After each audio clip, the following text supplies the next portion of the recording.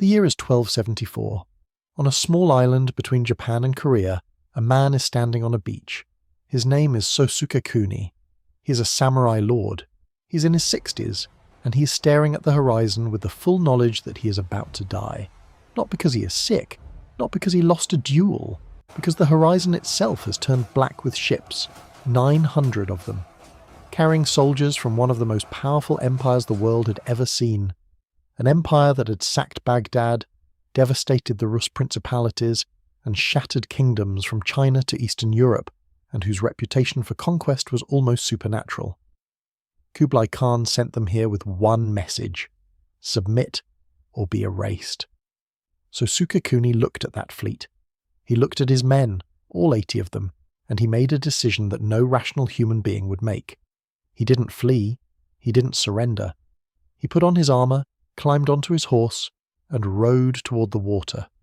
80 samurai, against a Yuan-led invasion force of tens of thousands. What happened next on that beach is one of the most violent, most desperate and most brutally honest moments in the history of human warfare. No mythology, no exaggeration.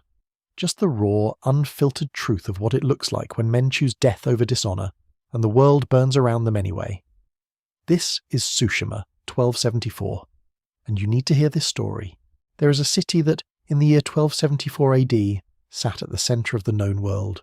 Not Rome, not Paris, not Constantinople, a city of marble courtyards and golden pavilions, of jade and silk and towers that caught the morning light and threw it back across the plains. A city called Kanbalek, built on the ruins of what the world now calls Beijing, and from its throne room radiated the authority of a man whose name, by 1274 AD, had come to mean something that no previous ruler in all of human history could honestly claim. It meant the world.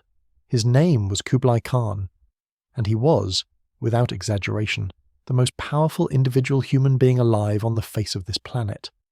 Let us be precise about what that means. The wider Mongol imperial world at its greatest extent had stretched from the Korean peninsula in the east to the borders of Poland in the west, from the frozen steppes of Siberia in the north to the jungles of Southeast Asia in the south. It encompassed roughly 24 million square kilometres, around 1/6 of the entire land surface of the Earth. No empire before it, and no empire after it until the British in the 19th century would come close to matching that scale. By 1274 the Mongol world had fragmented into competing khanates, but Kublai remained its most powerful figure, ruler of the Yuan state, overlord of Goryeo Korea as a vassal, and the man still driving the conquest of southern Song China. But Kublai was more than a conqueror. He was a statesman, a strategist, a man who understood that raw military power without political legitimacy was just expensive violence. He had declared himself Emperor of China under the Yuan dynasty, styling himself in the tradition of Chinese emperors while maintaining the Mongol warrior identity at his core. He had reduced the Korean kingdom of Goryeo, a state with its own centuries-old military tradition, to a vassal that could be ordered to build ships, conscript soldiers, and fund invasions on command. He had spent the better part of the 1260s and 1270s grinding the last remnants of the Song dynasty of southern China into submission. Kingdom after kingdom, dynasty after dynasty, all fell before the machine he commanded. And yet, across a strip of sea barely 200 kilometres wide at its narrowest point, there was a nation that had not answered his letters. To understand how profoundly offensive this was to Kublai Khan, you have to understand the political cosmology of the Mongol Empire. In the world as the Mongols understood it, there was one legitimate authority, the Great Khan. All rulers on earth existed in one of two categories, those who had submitted and paid tribute, and those who had not yet been conquered. There was no third option. There was no neutral ground, no sovereign independence, no respectful coexistence between equals. Every letter Kublai sent to Japan was not a diplomatic inquiry. It was an ultimatum dressed in courtly language. The first letter, dispatched in 1266 AD and delivered to Japan in 1268 AD, called Japan's ruler the King of Japan, a calculated insult to a country that recognized only an emperor, and ended with the chilling phrase, "Nobody would wish to resort to arms." This was the vocabulary of a landlord telling a tenant to pay the rent or face eviction. The eviction, in the Mongol context, meant fire and slaughter. The Japanese response to this letter, and to the 5 subsequent diplomatic missions dispatched between 1266 and 1273 AD, was silence. Not diplomatic silence, not a carefully worded refusal to engage, just silence. The Mongol envoys were received without ceremony, denied accommodation befitting foreign dignitaries, forced to wait at an inn outside the city gates for months, and then dismissed without a single written reply. The imperial court in Kyoto, largely ceremonial by this point, was terrified and wanted to negotiate. But the real power in Japan, the Kamakura shogunate ruled by the regent Hojo Tokumun, overruled them each time. Tokumun was 17 years old when he first assumed power. He was only 23 when the armada set sail. History would judge this young man harshly in some quarters and heroically in others, but by any measure, his refusal to bend was either the most audacious act of geopolitical defiance in medieval history, or the most reckless. Possibly both. For Kublai Khan, the silence accumulated over 8 years into something that was no longer merely political. Inconvenience. It had become personal. It had become an affront to the mandate of heaven itself. One of his envoys, a Chinese official named Zhao Liangbi, who had been subjected to particular humiliation during his mission to Japan in 1271 AD, returned to China and submitted a furious report to the Khan describing the Japanese as mannerless barbarians who had met his delegation with armed samurai and military custody rather than courtly reception. He urged the Khan not to waste imperial resources on conquering them. Kublai Khan reportedly dismissed this advice. The Khan was not in the business of letting insults stand. By early 1274 AD, the machinery of conquest was in motion. The planning was methodical and enormous in scale. In April of 1274 AD, Kublai issued the official order to mobilize forces for the invasion of Japan. He appointed veteran Yuan commanders, including Hong Da-gu and Liu Fuxiang, to oversee the operation. The Korean general Kim Bang-gyong was tasked with raising a construction force of over 30,000 labourers to build the ships the armada would need. 3 types of vessels were ordered: 300 large 1,000-dan transport ships capable of carrying horses, men, and heavy equipment across open water, 300 Batulu fast warships designed for offensive action, and 300 support tenders to carry provisions and repair materials. The construction was undertaken almost entirely at Korean expense, using Korean labour, Korean timber, and Korean resources. The Goryeo kingdom protested. Their protests were ignored. The ships were completed by the summer of 1274 AD. On November 2nd, 1274 AD, the armada set sail from the port of Masan on the southeastern coast of Korea. The combined force numbered approximately 15,000 Mongol, Han Chinese, and Yuan soldiers, between 6,000 and 8,000 Korean troops, and 7,000 Korean sailors, totaling somewhere between 28,000 and 40,000 men depending on the source, aboard roughly 900 vessels. They moved in formation across the Korea Strait, and from the deck of the command ship, the horizon ahead showed nothing but open water, and, in the far distance, the first dark outline of land. The island of Tsushima. It is important to pause here and properly describe what Tsushima was in 1274 AD, because the contrast between the world bearing down on it and the world it actually was is what makes this story so shattering. Tsushima is a mountainous, heavily forested island, roughly 82 kilometers long and 18 kilometers wide, sitting in the Korea Strait like a stepping stone between the 2 civilizations on either side. In 1274 AD, it was home to farmers, fishermen, and small villages scattered along its coastal inlets. There were Shinto shrines in the hills, there were rice paddies in the narrow valleys. It was in every sense a peaceful, provincial, ordinary place, a community of people living their lives at the edge of Japan, without any expectation that the edge of Japan might one day matter to the world. The island was governed by the So clan, a family whose authority over Tsushima stretched back generations, and whose role was equal parts administration and military stewardship. The deputy governor in 1274 AD was a man named So Sukekuni, and it is worth stopping for a moment on this man because the historical record, though frustratingly sparse on the personal details of his life, gives us enough to construct a portrait of someone who was, by any reasonable standard, extraordinary. So Sukekuni was approximately 67 years old at the time of the invasion, He was a samurai of the old school, a man whose entire identity, whose entire understanding of what it meant to be a man of worth in this world, was rooted in the code of the warrior.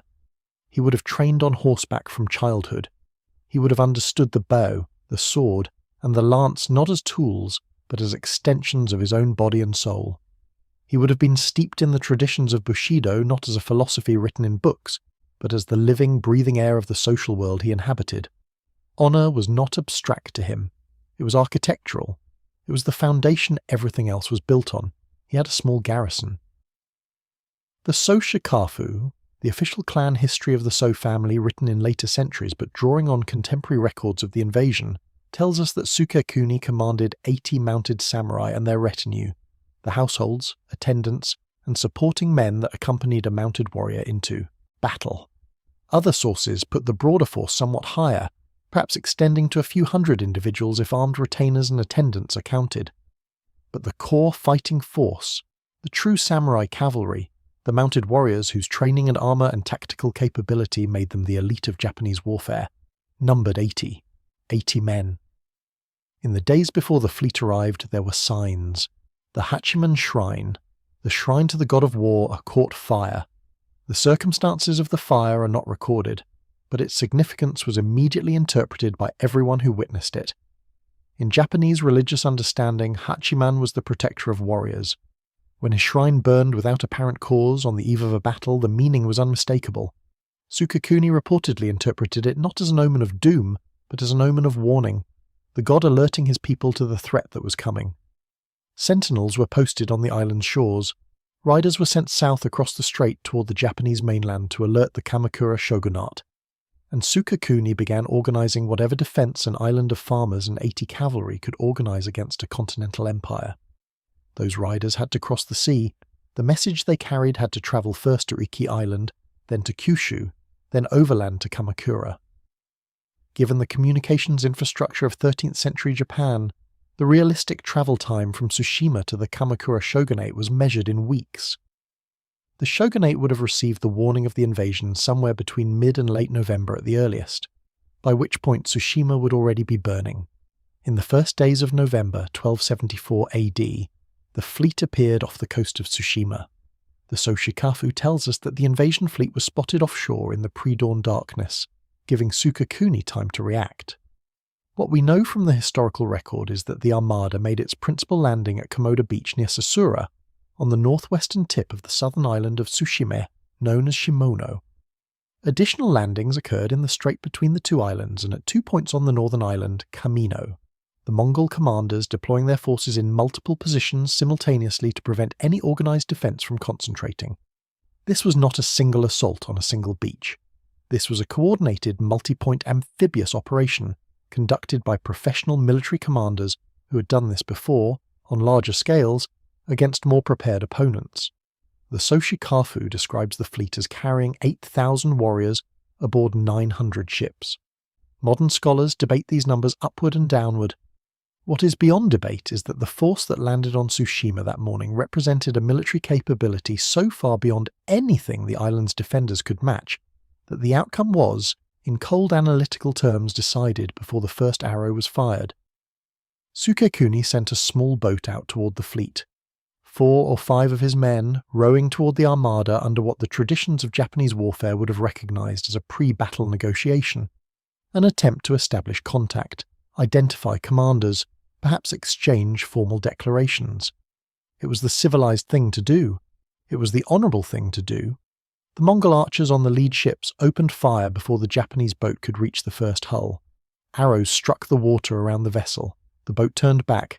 There would be no negotiation. The Mongol forces landed at 2 o'clock in the morning. By 4 in the morning, the fighting had begun. So Sukekuni looked at his 80 samurai, organized his cavalry and rode toward the beach. He was not running from a fight.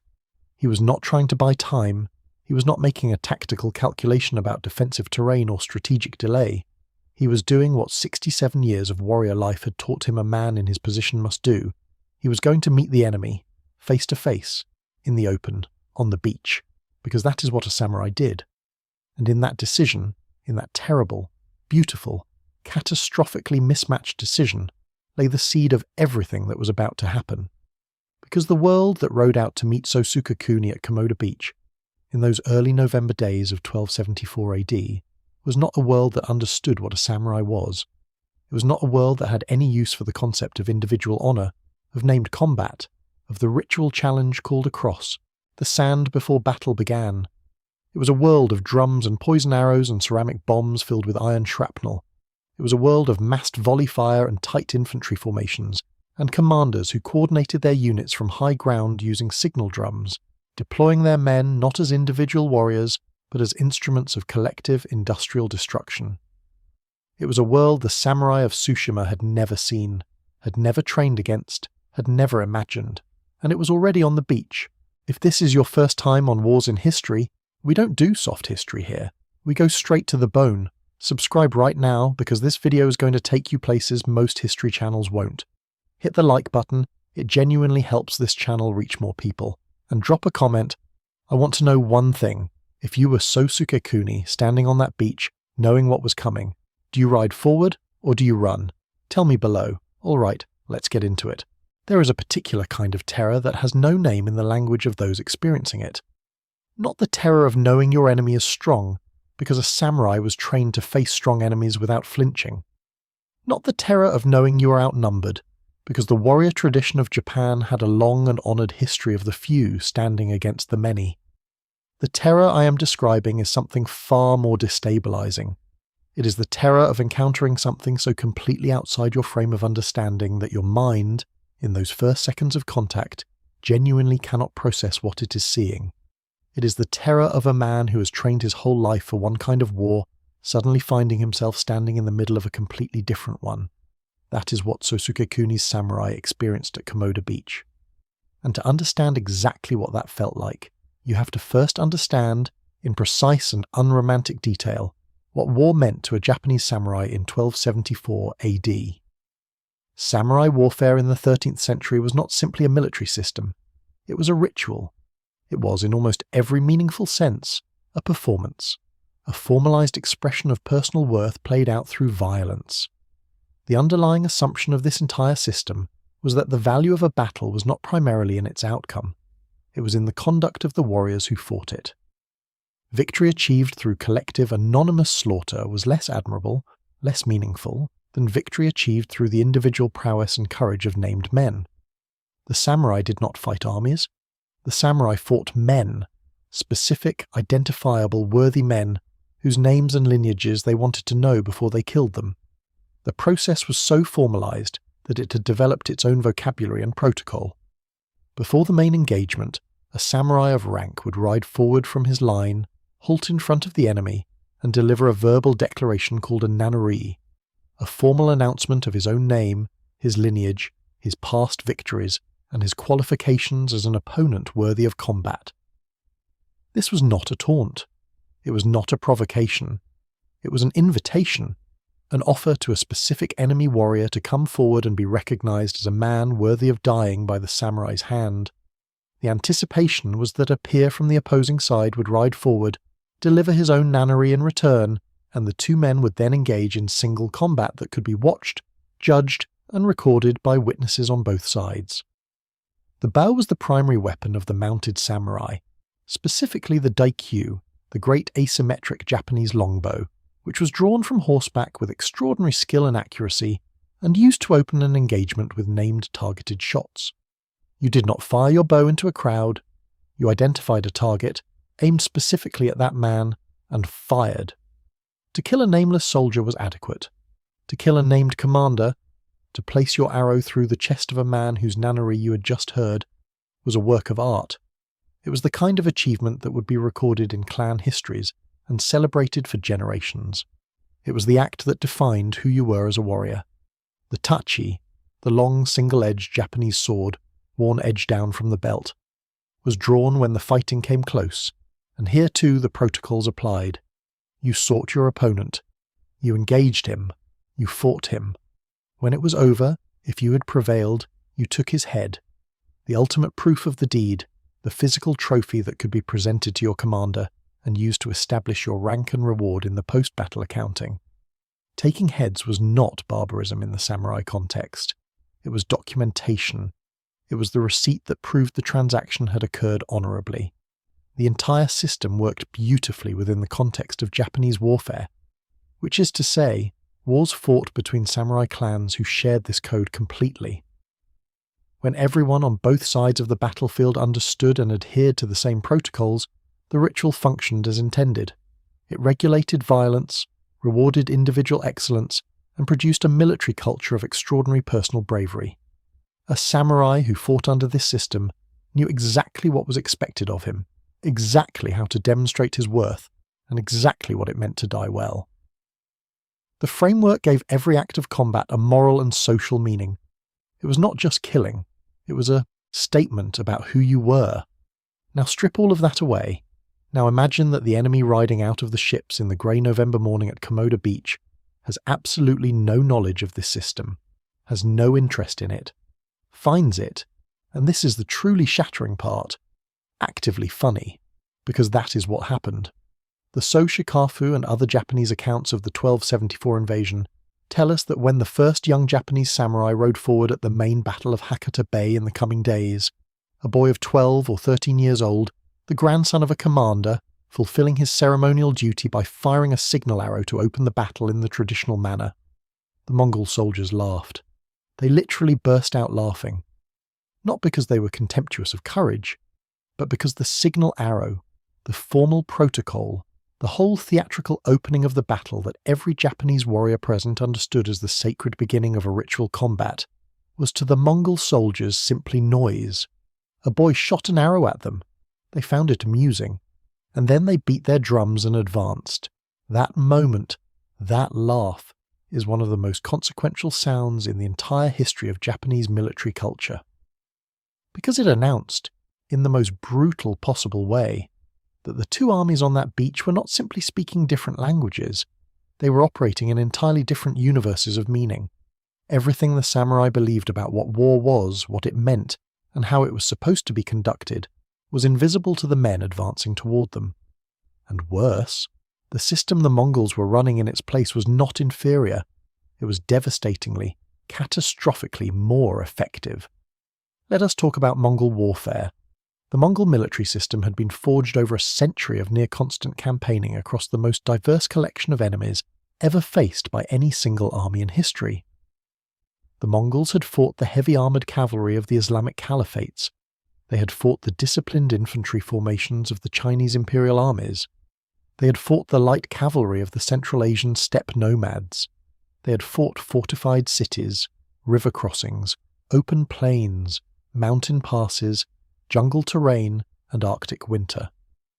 Against every one of these opponents, in every one of these environments, they had adapted, absorbed, and overcome. The Mongol military was not a single weapon. It was a weapon system, a flexible, modular, brilliantly coordinated machine that could reconfigure itself to face whatever the enemy presented. The fundamental unit of Mongol tactical thinking was the unit, not the individual. Where the samurai thought in terms of named men seeking named opponents, the Mongol commander thought in terms of formations. Blocks of soldiers moving and firing and advancing and retreating in coordinated patterns, controlled not by the individual judgment of each fighter, but by the command signals of officers communicating through a sophisticated system of large drums and metal gongs. The attack drum told the entire formation to advance simultaneously. The retreat gong pulled them back as one. There was no individual initiative in a Mongol formation during an engagement. There was only the drum. This was not a failure of courage. It was a deliberate design choice. The Mongols had discovered, through generations of empirical battlefield testing, that a coordinated mass of disciplined soldiers acting as a single organism was more lethal than the same number of warriors each acting on individual judgment. The individual samurai was physically brave, highly trained, and formidably skilled. But individual skill, no matter how exceptional, cannot reliably defeat coordination. 10 men firing arrows simultaneously at the same target, on command, at a range that gives the target no time to react, will defeat a single archer of genius every time.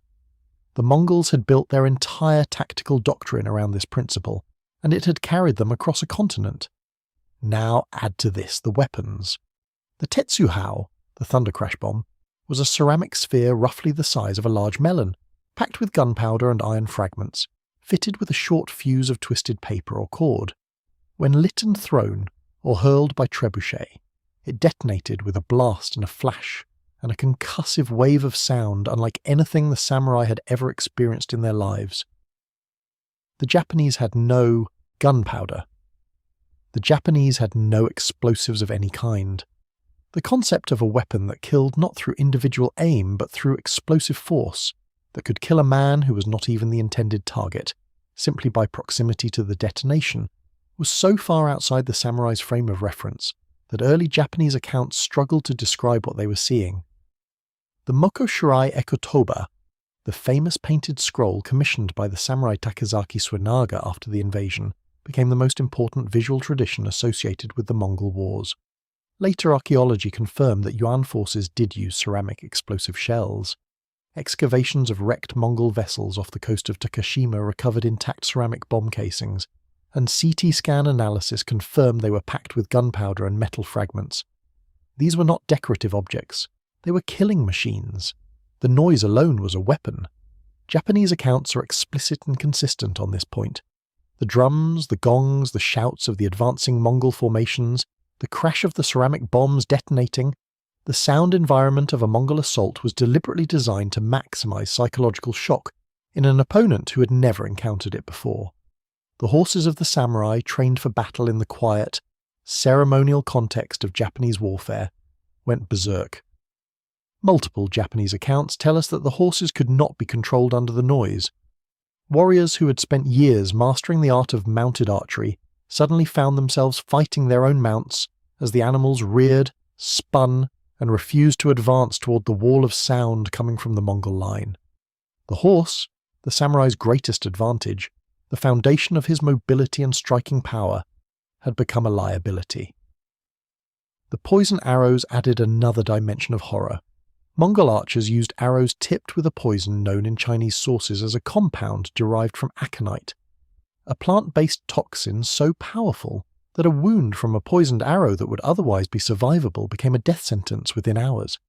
The samurai were trained to accept wounds in battle, to push through pain and keep fighting, to disdain injury as a sign of weakness. That training was calibrated for wounds that bled and healed. It was not calibrated for wounds that poisoned the blood and killed the body slowly from the inside, while the warrior continued fighting, not yet knowing he was already dying. The psychological effect of this, once word spread through the Japanese ranks that Mongol arrows carried death even in minor hits, compounded the existing shock of the bombs and the drums. But it was the volley fire itself that most completely demolished the tactical assumptions the samurai had built their system around. A Mongol archer unit did not select individual targets. They did not aim for named men. They fired on command, all together, all at once, all in the same direction, releasing arrows in coordinated waves that filled the air above the enemy formation with projectiles before the first volley had even landed. The effect was not a duel of skill between individual archers. It was a weather event. You could not identify where the arrows were coming from, because they were coming from everywhere in the Mongol line simultaneously. You could not track the trajectory of a specific shaft and dodge it, the way a skilled samurai could read an individual archer's draw and adjust his position accordingly. You could only be present in the zone where the arrows were falling and absorb whatever the mathematics of probability distributed to your body. All of this, the bombs, the drums, the poison, the volley fire, the tight infantry formations advancing behind overlapping shields, crashed into the world of Tsushima's 80 mounted samurai in the dark pre-dawn hours of early November 1274 AD on the sand of Komoda Beach. And it is here that we must be honest about something the romantic telling of this story sometimes elides. The samurai did not adapt.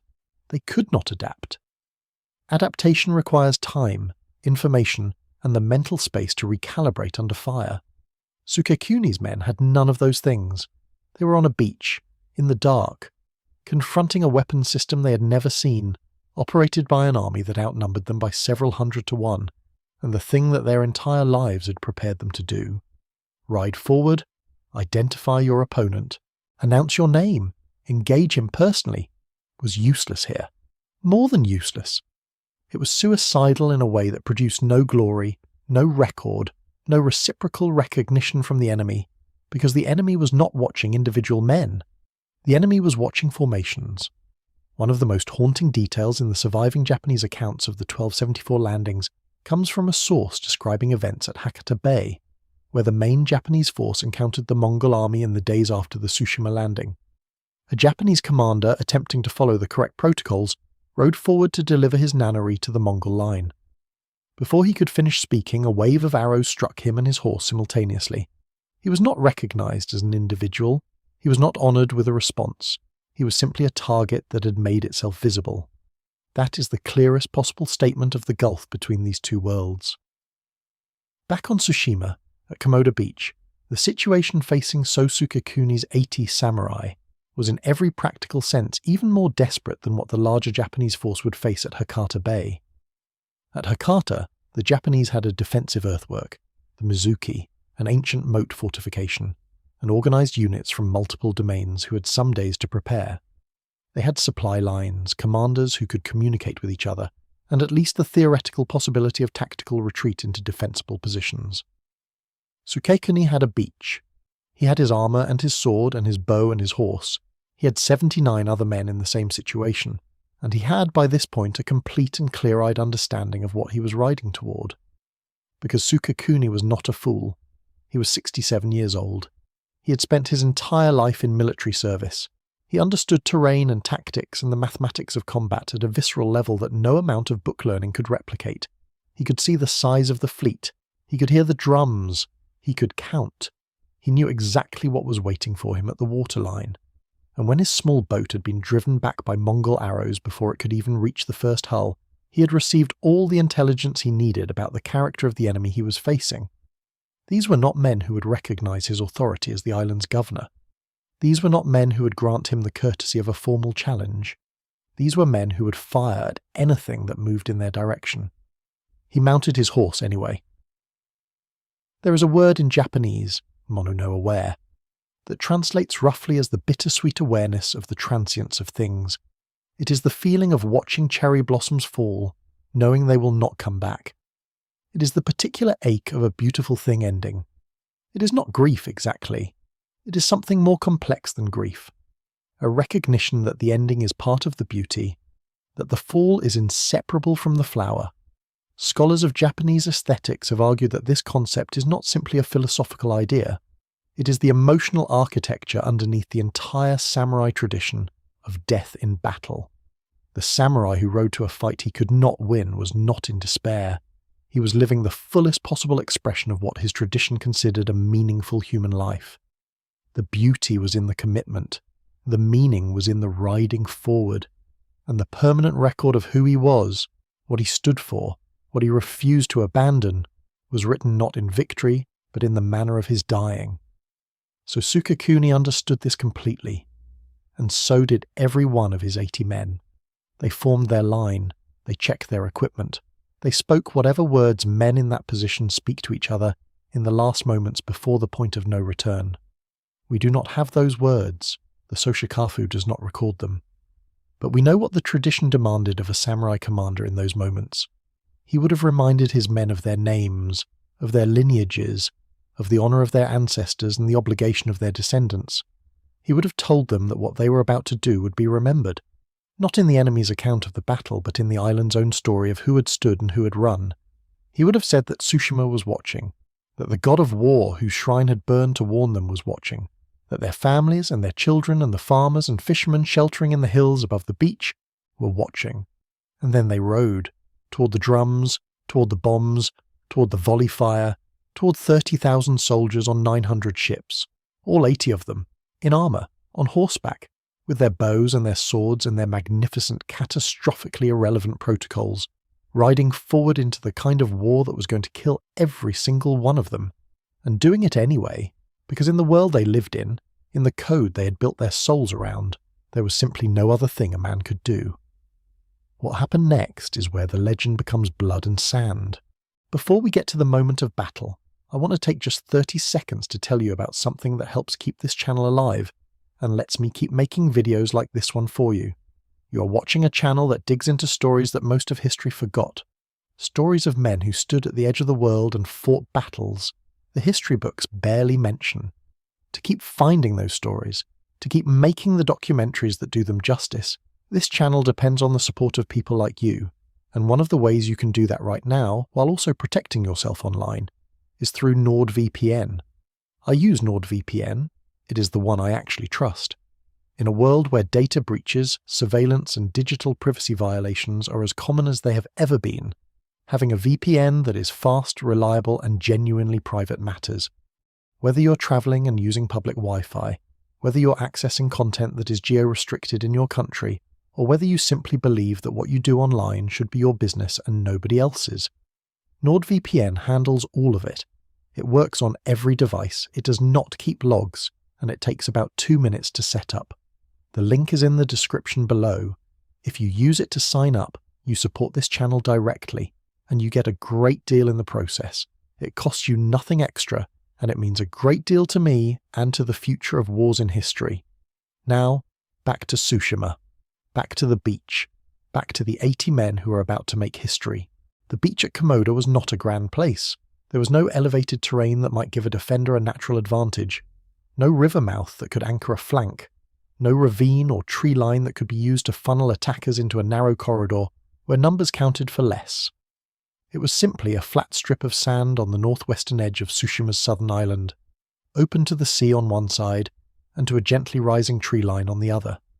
A place where fishermen might drag their boats in the morning, a place where children might run along the waterline in summer, a place utterly without strategic value, except that it was the beach the armada had chosen, and that made it, for one terrible morning, the most important piece of ground in Japan. Before dawn, Mongol landing craft were already moving toward Kamakura beach. The great ships anchored offshore in such number that their mast lanterns and torches reflected off the water in a broken orange sprawl, had been loading soldiers into smaller vessels since the previous evening. The operation was organised, practised and efficient. These were soldiers who had conducted amphibious landings before. They knew the drill. The smaller boats ground up onto the sand in the dark. Men stepped out into the shallow water with their weapons and their shields, and a beachhead was established and widened before the majority of the island's defenders were even fully assembled. The initial landing force has been estimated at approximately 1,000 men for the first wave, enough to secure the sand, form defensive lines, and begin landing horses, catapult equipment, and further personnel in the waves that followed. So Sukekuni had received the report of the landing and had his men in the saddle before first light. Let us think carefully about what the assembly of this force looked like.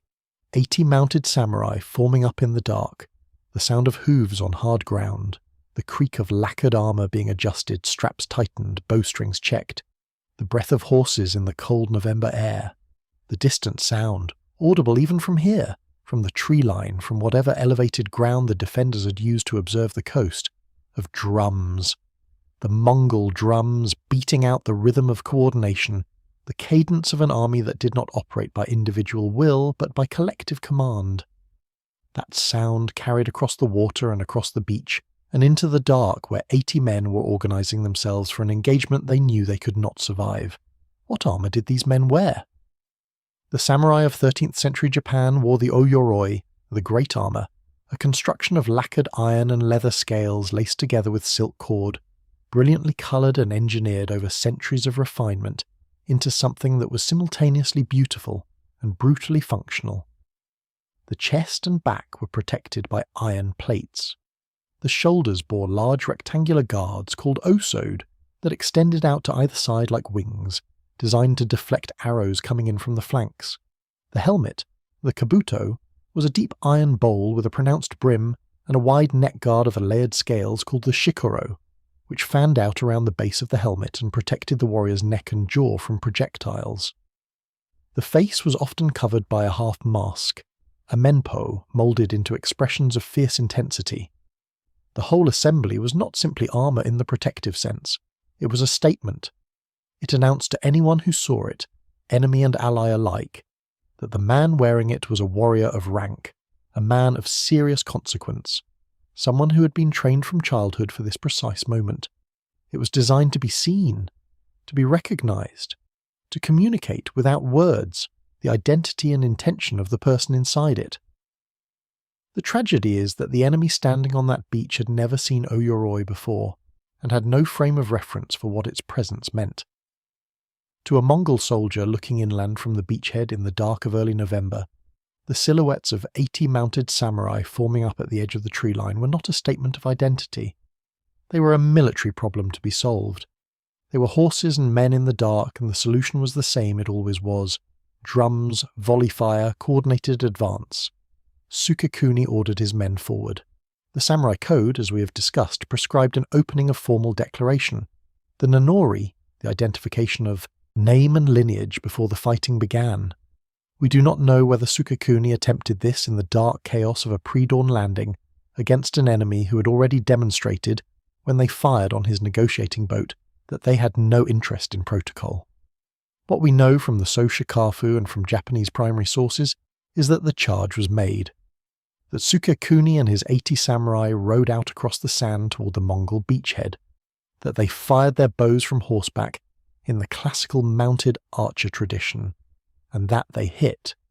The Japanese accounts are consistent on this point. The initial samurai charge inflicted real casualties on the Mongol landing force. Sukekuni's men were not simply swept aside the moment they arrived. They were genuinely dangerous. They were excellently trained.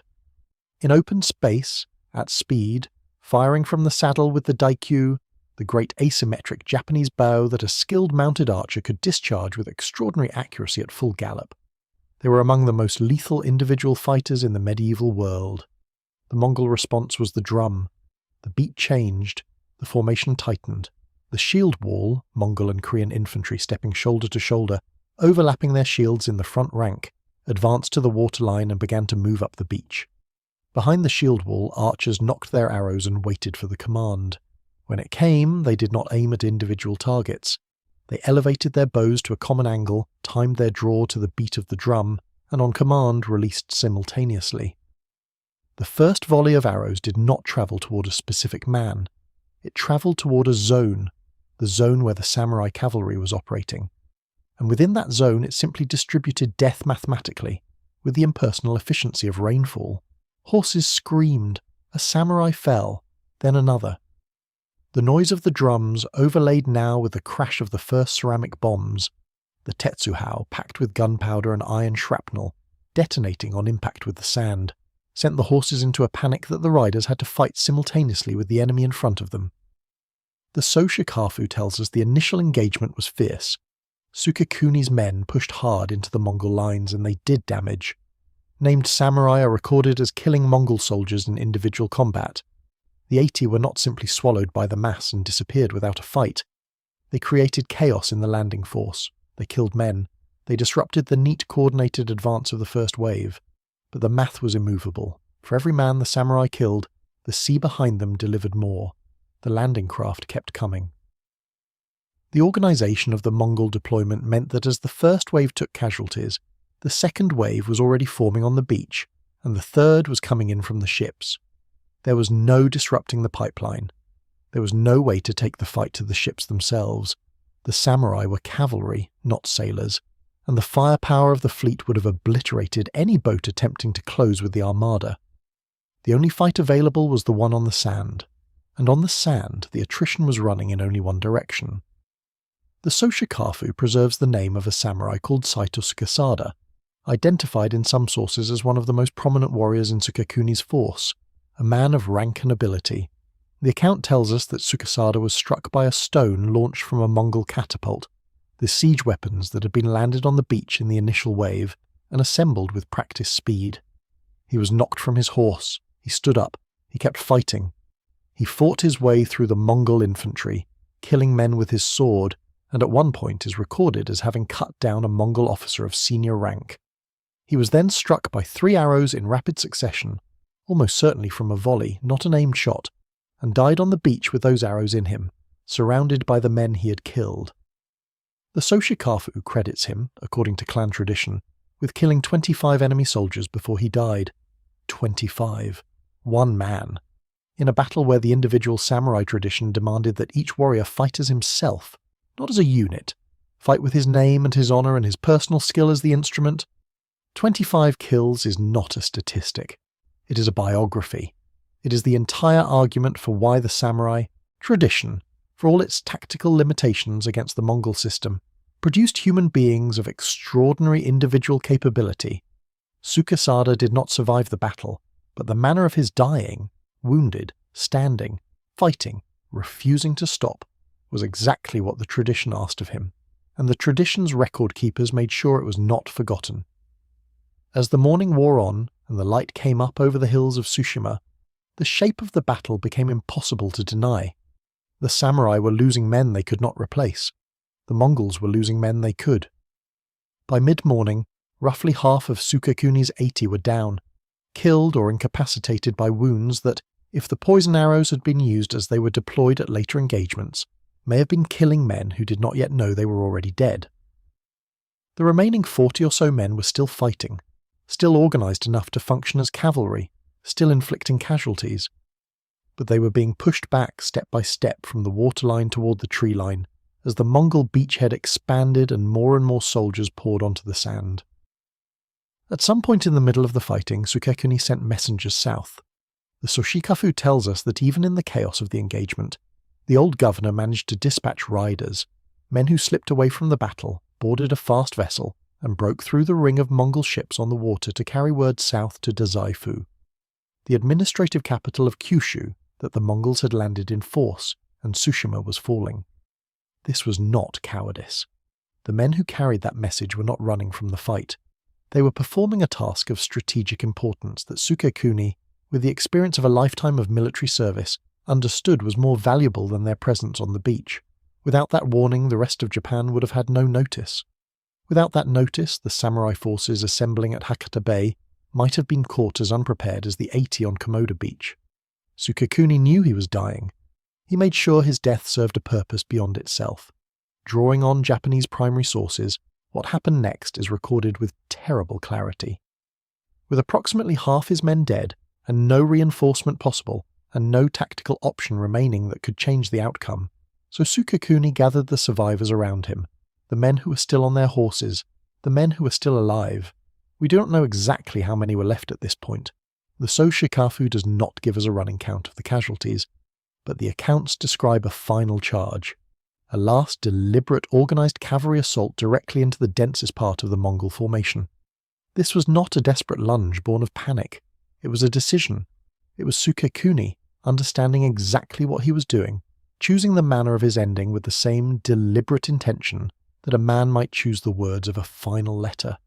He was not going to die on the beach in retreat, pushed back step by step until the arrows finally found him while he was running. He was going to ride forward. He was going to take his remaining men with him, deep into the heart of the enemy formation, as far as horses and swords and the last reserves of a 67-year-old warrior's body could carry them. He was going to make the Mongols work for every single inch of ground they took.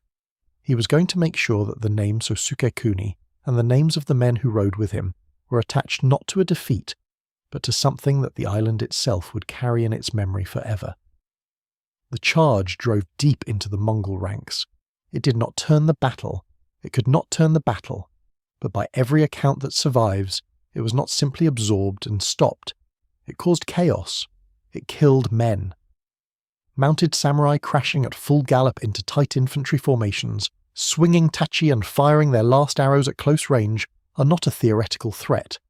They are a physical, devastating, immediate catastrophe for whatever is directly in their path.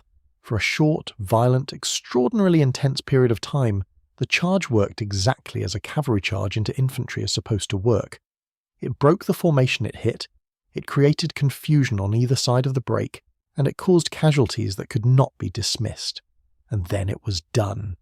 The Soshikafu does not describe the moment of Sukekuni's death in graphic detail. It does not need to. The record simply states that the Jitadai fell in the engagement, that he and his men were overrun by the Mongol force, that the fighting at Komoda Beach ended, as it was always going to end, with the last samurai down and the Mongol beachhead secure. What the Soshikafu and every subsequent account of the battle agree on is this: not one of the 80 survived. They were all killed on that beach, every single one. In the tradition they had been raised in the code they had built their identities around, in the warrior culture that gave their deaths meaning, They had done exactly what was asked of them. They had stood. They had fought. They had made the enemy pay a price in blood for every yard of sand. And they had died, every last one, with a weapon in their hand facing forward. The invaders defeated the final Japanese cavalry charge around nightfall, according to the Soshikafu, which means the battle lasted the better part of an entire day. This is a detail that deserves a moment's pause and a moment's full appreciation. 80 samurai held the beach, engaged a landing force of thousands, conducted a fighting withdrawal lasting many hours, and made a final charge at the end of it, against an enemy that had drums and ceramic bombs and poison arrows and organizational depth, and the entire Yuan dynasty behind it. The fighting on Komoda Beach was not a brief overrun. It was a sustained engagement that lasted from the pre-dawn darkness until the sun was going down over the Korea Strait. 80 men gave everything they had for an entire day against one of the most powerful military machines the world had ever produced. There is a monument on Komoda Beach today. It was erected to honor Sukekuni and his 80 samurai. People come to stand on that sand and look out at the water. They come not because the samurai won. They come because of what the 80 chose to do when they had the full, clear, unambiguous knowledge that they were not going to win. That choice, the choice to ride forward anyway, to give the whole day and not just a part of it, to make every single one of those 80 individual names worth remembering, is what the monument honors. Not victory, not strategy, not clever tactics or favourable terrain, or the blessing of divine winds, just the decision to stand. In a world that has always had more reasons to run than to stay, that decision matters. It has always mattered. And on the sand of Komoda Beach, it was made by 80 men who rode into the morning dark and never came back. Before we go to the aftermath, I want to take just a moment to tell you about something this channel carries that I think you are genuinely going to want. Because if you are the kind of person who watches a video like this one, who wants to understand what men were willing to die for, what codes and traditions and civilizations have been built on, then I think you already know that history is not something you just watch. It is something you carry with you. The Wars in History apparel line carries designs rooted in exactly the kind of history we cover on this channel. We have the Phalanx collection, honouring the Greek warriors who built the wall of shields that stopped the Persian Empire at Thermopylae and Marathon. We have Molon Labe, the 2 words King Leonidas hurled at Xerxes when Persia demanded Sparta's weapons. Come and take them. We have the Anabasis route, commemorating Xenophon's impossible march of the 10,000 out of Persian territory, one of the greatest survival stories in military history. And we have the Battle of Salamis collection, honouring the Greek fleet that broke Persia's navy and saved Western civilization in a single afternoon. These are not just shirts. They are statements about what you believe, about who you stand with across history. The link is in the description. Every purchase directly supports this channel and keeps videos like this one coming. Now, back to Tsushima. Because what happened after the last samurai fell is not the end of the story. It is where the story becomes truly dark. The last samurai was dead before the sun went down. So Sukekuni, Saito Sukesada, the named ones and the unnamed ones, all 80 of them. Their horses were on the sand. Their weapons were on the sand. The Mongol beachhead was secure, expanding in every direction from Komoda, and the army of Kublai Khan, that vast, coordinated, still largely intact war machine, turned its attention from the soldiers it had just killed to the island that surrounded them. What happened to Tsushima in the days after the fall of Komoda Beach is documented in the primary sources with a sparseness that is itself a kind of horror. The Soshikaru does not linger on it. The Chinese sources treat it as a logistical note, a record of operations conducted in the process of securing the island before the fleet's onward movement.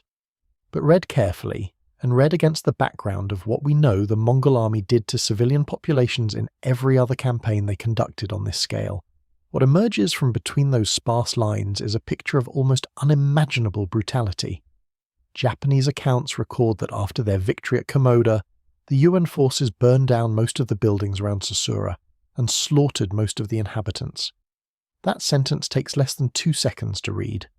The reality it describes took days to enact, and we need to sit with it and understand it and refuse to let it be reduced to a line in a footnote, because those were people. They were farmers who had tended rice paddies in the valley above the beach. They were fishermen who had dragged their nets in from the Korea Strait every morning of their adult lives.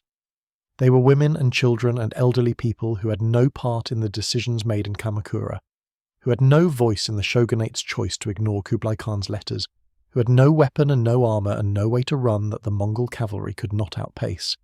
They were the people that Sukekuni and his 80 samurai had ridden to the beach to protect. The Mongol method of dealing with the civilian population after military resistance was neither random nor chaotic. It was, in its own terrible way, systematic.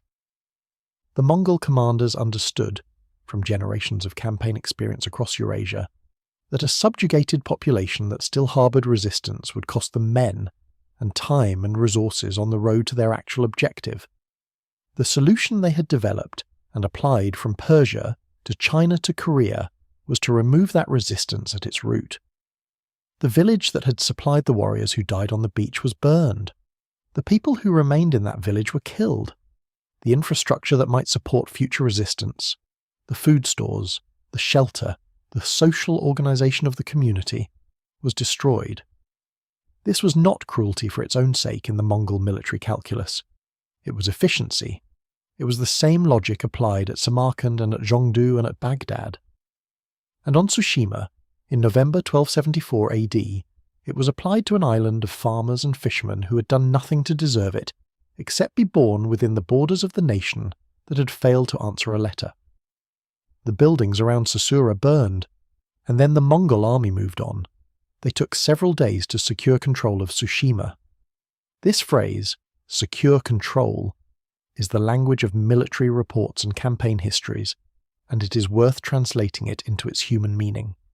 Securing control of an island with a dispersed civilian population in 1274 AD, without the communications technology or transport infrastructure of a modern army, meant going from settlement to settlement.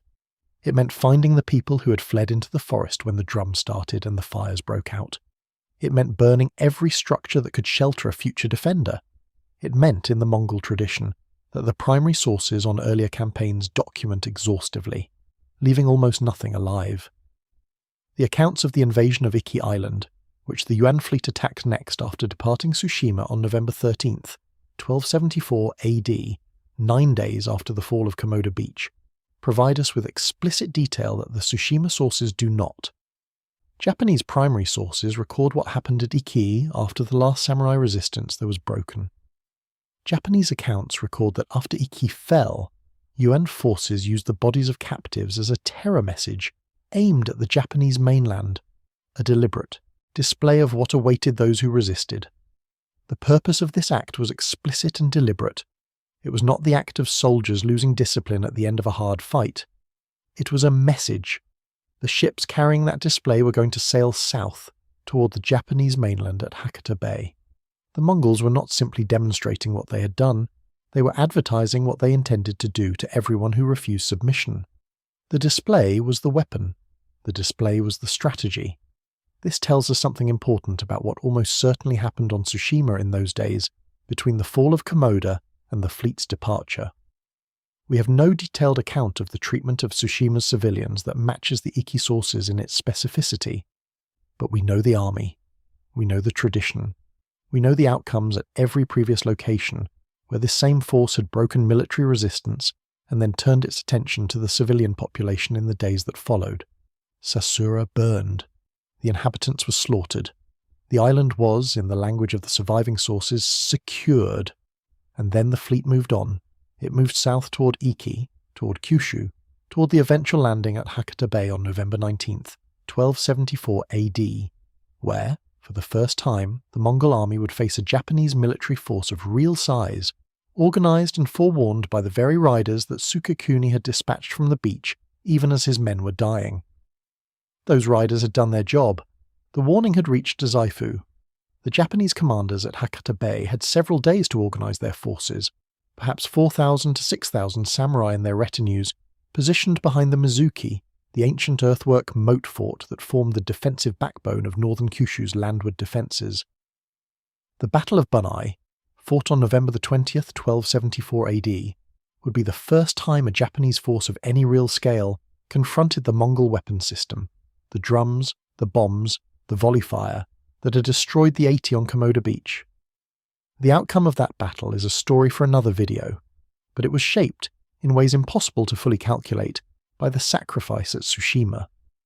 Because the warning that made organised Japanese resistance at Hakata Bay possible came from a man who was dead by the time the fleet arrived.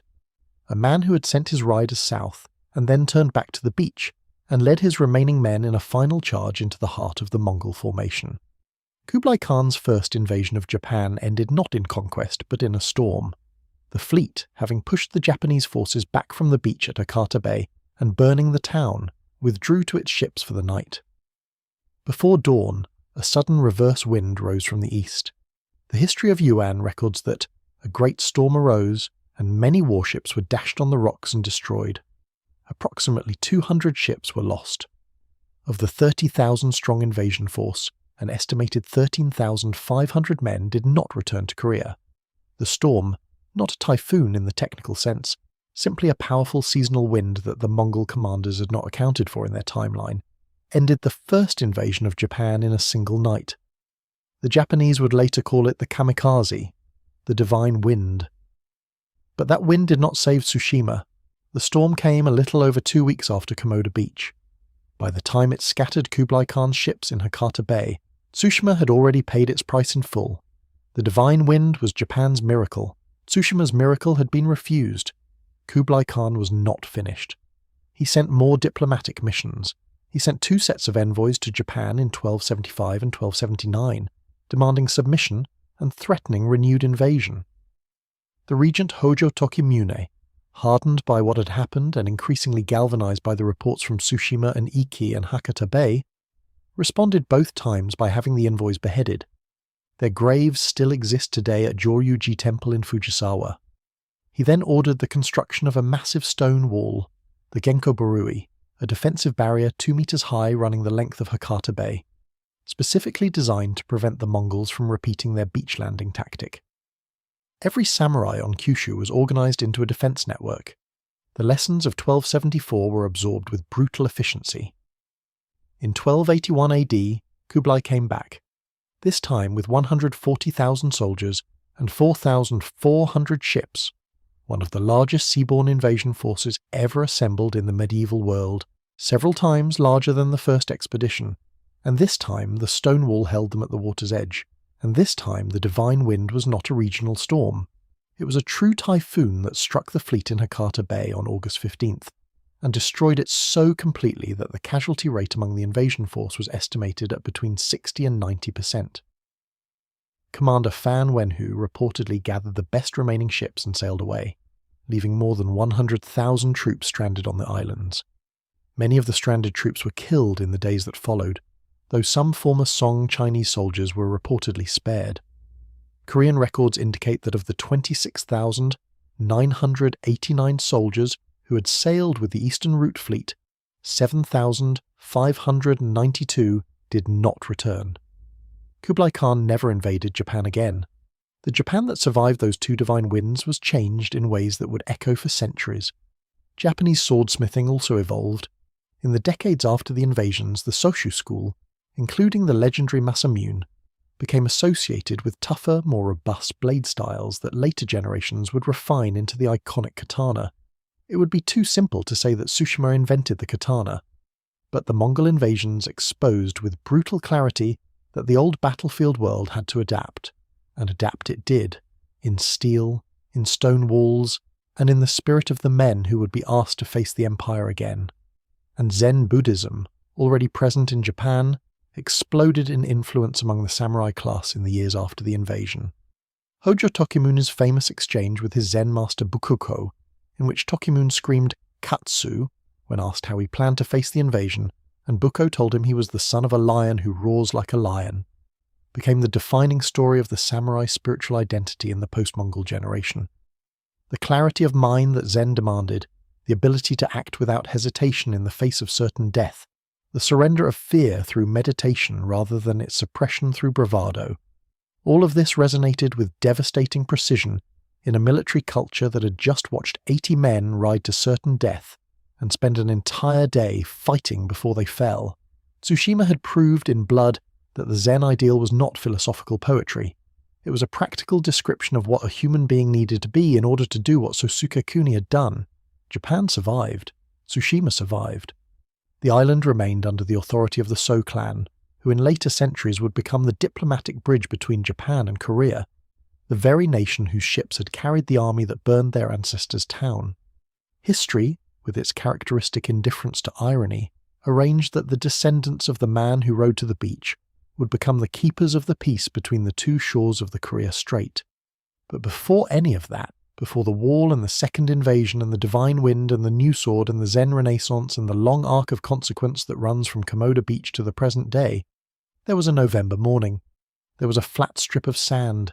There was the sound of drums.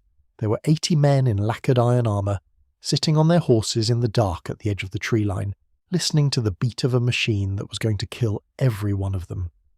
And there was a 67-year-old man at their front who had already made his decision, who had already sent his riders south with the warning that might save Japan even if it could not save him, who had already interpreted the burning shrine of the god of war as permission rather than prohibition. What Sukekuni did at Komoda Beach was not a military strategy. It was a declaration, a statement about what kind of man he was, what kind of people his island had produced, what a human being was capable of choosing when the mathematics of survival were all pointing in the opposite direction.